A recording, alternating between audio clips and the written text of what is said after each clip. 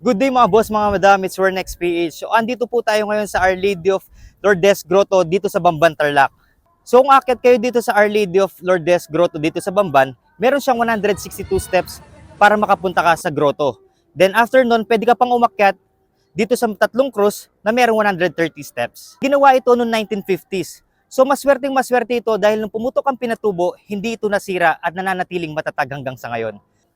At sa pamumuno ni Mayor Alice Guo, lalong pinapaganda ito every year. This year, isang young Filipino artist at truly pride ng Bamban na si SK Kagawad Jackie Galario ang nag-repaint at nag-design ng grotto dito sa Bamban.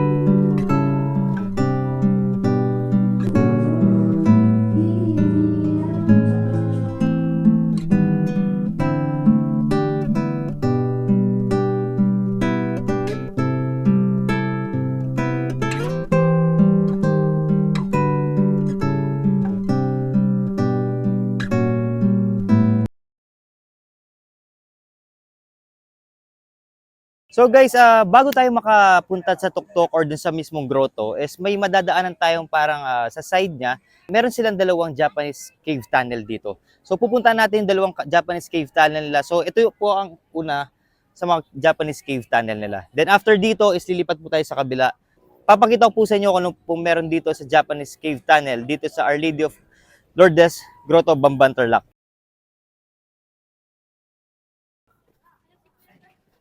So, andito tayo ngayon sa unang Japanese cave.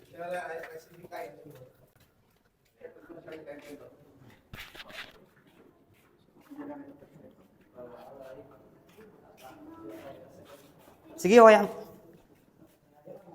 So, since Japanese war, andito ni mga cave na to. So, ginawa ito ng mga Japanese.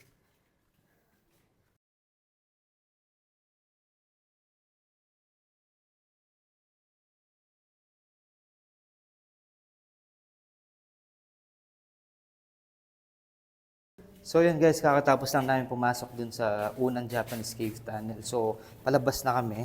Then pupunta na kami sa pangalawang Japanese cave tunnel. So kakatapos lang natin pumunta dun sa unang Japanese cave tunnel. So ito na po yung papunta dun sa pangalawang Japanese cave tunnel. Tara! So guys, ito papunta namin sa second Japanese cave tunnel. So ina-assist tayo ni Sir RC ng LGU Bamban. Say hi naman Sir RC. So guys, andito tayo sa pangalawang Japanese cave tunnel. Nakaka-open lang nila. So tara, samahan nyo akong pumasok dito.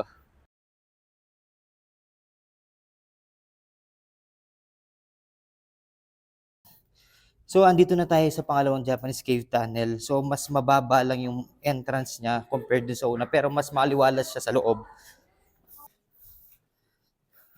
So ito po ang isang Holy Family. So maraming salamat sa pagsama sa amin sa mga bata dito. So shoutout sa inyo mga guys. Yeah.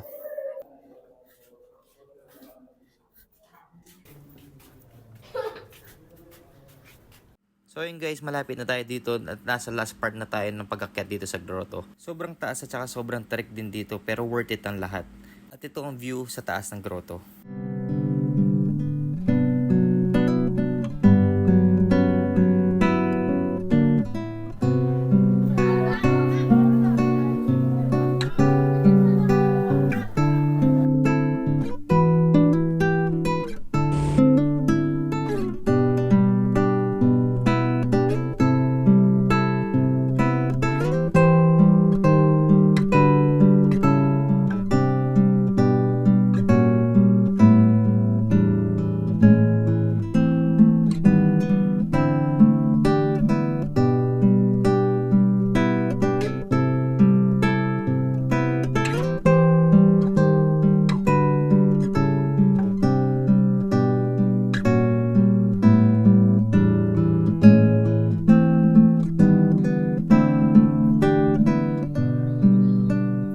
Sa lahat po ng deboto ng Our Lady of Lourdes Grotto dito sa Bamban Tarlac, inaanyayahan ko po kayo na pumunta dito at samahan kami na gunitahin ang Semana Santa.